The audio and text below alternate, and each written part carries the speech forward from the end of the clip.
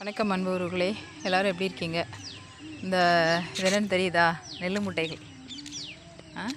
அந்த மிஷினில் வந்து நெல்லாம் அறுத்துட்டு வந்து இங்கே ரோட்டில் காய வச்சு எல்லாத்தையும் மூட்டையில் கட்டி வச்சுருக்குறாங்க.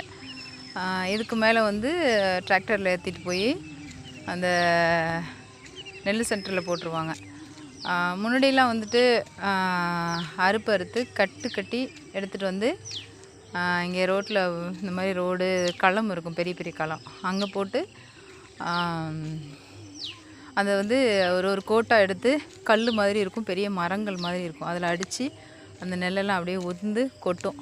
அதுக்கப்புறம் அதை வந்து தூற்றி புடச்சி மூட்டையில் கட்டி அதுக்கப்புறம் வேலை அவங்களுக்கு கூலி நெல் தனியாக அளந்து கொடுத்துட்டு இந்த நெல்லெல்லாம் எடுத்து தலையில் தூக்கிட்டு போய் ரோட்டில் ஒரு இடத்துல வச்சு அதுக்கப்புறமா வந்து டிராக்டரில் ஏற்றுவாங்க. அப்போ எல்லாம் டிராக்டர்லாம் கம்மி தான்.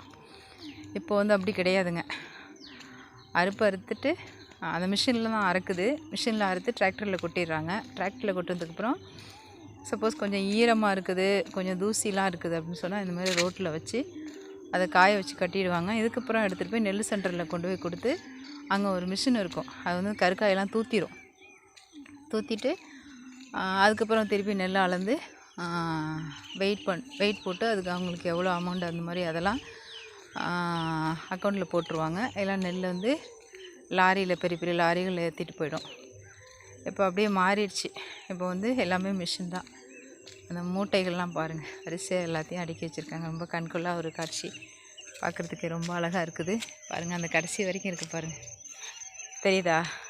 ரொம்ப அழகாக இருக்குது பாருங்கள்.